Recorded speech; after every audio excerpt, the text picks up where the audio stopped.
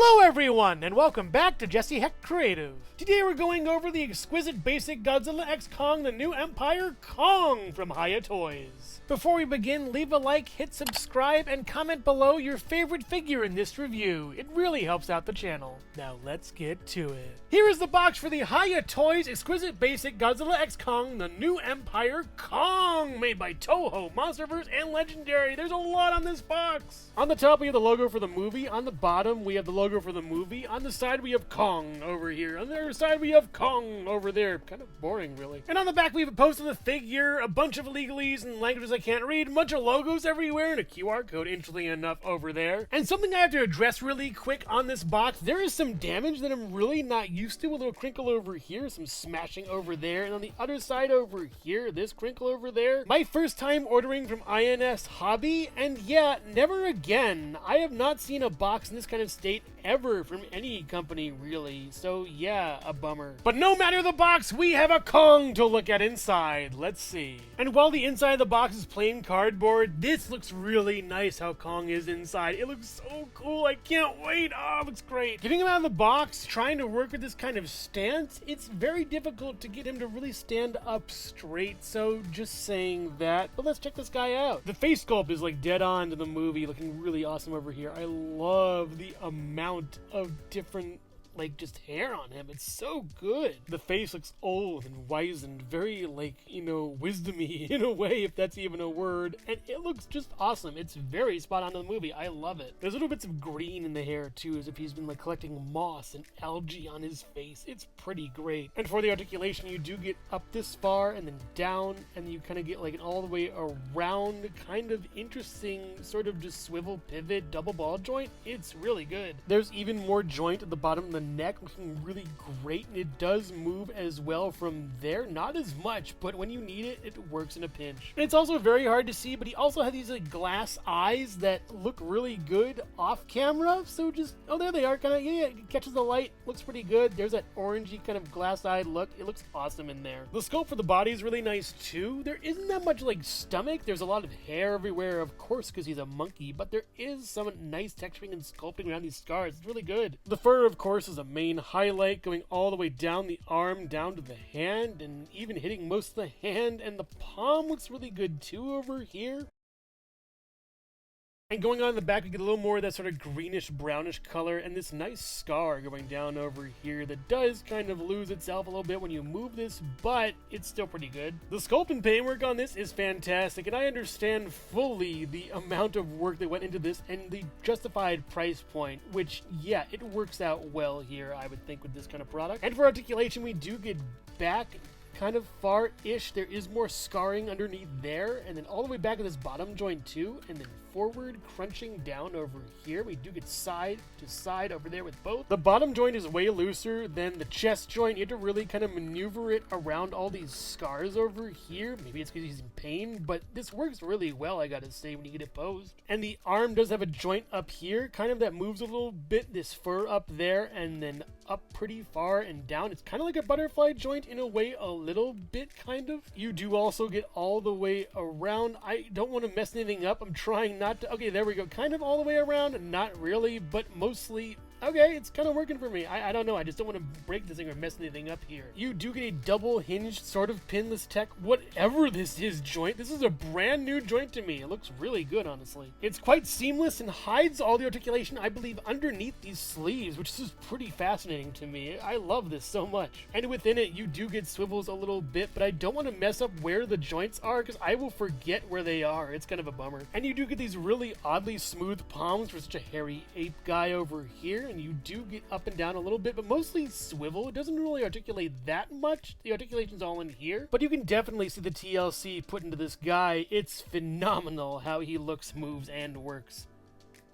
And the legs, like every other figure, are kind of my biggest problem with the figure. Don't get me wrong, this looks phenomenal, but we'll go over posability in a bit. He just has these really cool segments to it. It looks so good. The feet, again, oddly smooth. It's just so weird to see that. It needs a bit of texture here. The legs look great, really furry, very fuzzy. There's his butt if you want to see it, but yeah, it's just so it's good. It's really good, the sculpt work here. This figure is like the perfect marriage of sculpt and paint, and this is just awesome. But I'm an articulation guy, so let's check that out over here, shall we? We do get out kind of far and in. It's on like this wide joint that really bothers me. It does go up this far, really far, and then back this far, pretty far, and then all the way back is nice too, at least. You get a kind of a swivel up here. I wish there was a swivel down here a little bit at least, and a little swivel at the knee at least for sort of like both sides around. And for the foot, you get basically nothing. A little bit of pivot, that's kind of it though. And you know, a lot of squeakiness. Really, it's very squeaky and kind of distressing to me. And you get legalese the bottom of one foot, and the other you don't really. I kind of wish they had to put the legalese somewhere else, maybe the inside of here. I don't know, it just would be great not to have this. Maybe I'll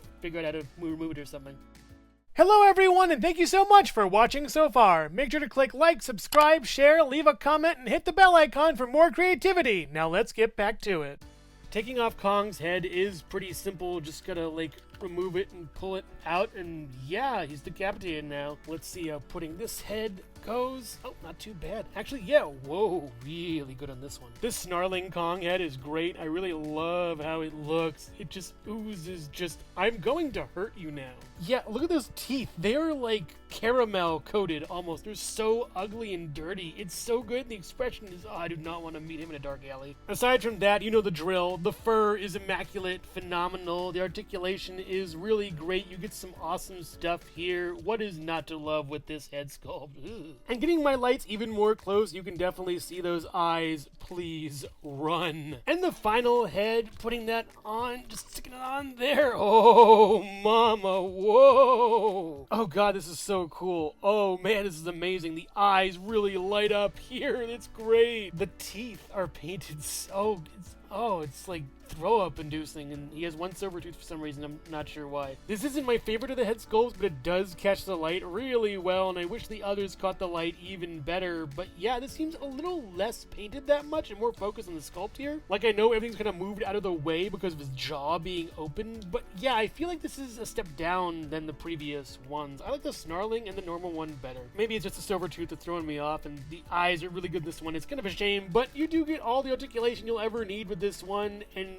yeah, it's just phenomenal. Roar! And boy, does his head really work with him holding the axe. His fingers are individual, so you have to pry them all open to get the axe in. It's pretty easy, but my goodness, does this look great. I love how the movies gave him a weapon. It looks phenomenal, and I just love this so much. It looks so well detailed, and yeah, it's basically perfect. From the interior core being translucent to the rest being nicely painted, this is a phenomenal weapon, and I may not have it leave his hand, honestly. I love the blue within over here. I wish there was like a glowy version. There probably is, honestly. I wouldn't put it past Hiya not to reuse this mold. It's too good. And yeah, he can kind of hold it with both hands here. It's awesome, but please run. But going back to his happier, more neutral head, taking these hands off is pretty simple. Just take them off and pop them off, and that's basically it. It's a nice ball joint here. It works good. He also comes with these hands to help him crawl on the ground on all fours, and it works pretty well, I gotta say. But yeah, there is a defect with my articulation on this hand. The sculpt of this hand is good, but yeah, I can't really move it without risking breaking this thing. It won't really move on the ball. It's kind of just stuck, so let's focus on the other one. I like this hand better than the other hands solely because it has more sculpt on it. Look at how wrinkly this is on the inside compared to this over here. Not really that much. But I really think I'm not going to be having Kong using this kind of like a movement all the time, though. He also comes with a pair of fists for some bare knuckle brawling, and while this one is still pretty stiff, I did heat it up and it does go straight, so there's that. It does articulate the same as the other hands, just very stiff in a way. I'm not really used to that with Hiya yet. He also comes with a pair of open hands, one of them with a freezer burn wound that looks really gnarly, and the other one's pretty much normal in that weird kind of like almost too smooth way. I don't know if I prefer this one or not. It's kind of creepy and scary. But they do articulate in the same kind of manner very well, sometimes popping off the joint. I did heat these up, so yeah, there's that. And the other side of this one has a lot of scratching and scarring, looking really good. Honestly, it's a great hand over here. And I think I'm going to leave him like this. The limp hand kind of works with that joint, so yeah, there's that. And the other hand holding the axe looks really cool with this face. Ooh, scary. Because of how he's posed and weighted, I can't really get him at a full height, but as full as I can get, he stands at about 6.25 inches tall or so, next to the Jakks-Pacific Super Mario and Sonic the Hedgehog in 4-inch and 2.5-inch scales, the Nendoroid Miles Tails Prower, the Jada Toys Mega Man, the Figma Metroid Dread Samus Aran and the Jazzwares Pikachu, the Jakks-Pacific Movie Shadow the Hedgehog, Homer Simpson, Collector's Edition Knuckles, and the Mattel Minecraft Movie Jack Black Steve, the Hasbro Marvel Legends Animated Series Spider-Man, the G.I. Joe Classified Series Snake Eyes, the SH Figure Arts Yoshi, and the Lego Bionicle Gift with Purchase Toa-Tahu. And here is the Hiya Kong next to the Jakks-Pacific Donkey Kong and the Jakks-Pacific Bowser, looking really great over here. Because whenever I see Donkey Kong, I always think of these two duking it out on 4-side in the Gargantuan's event match in Melee. It's all fun. Overall, it's on like Kong.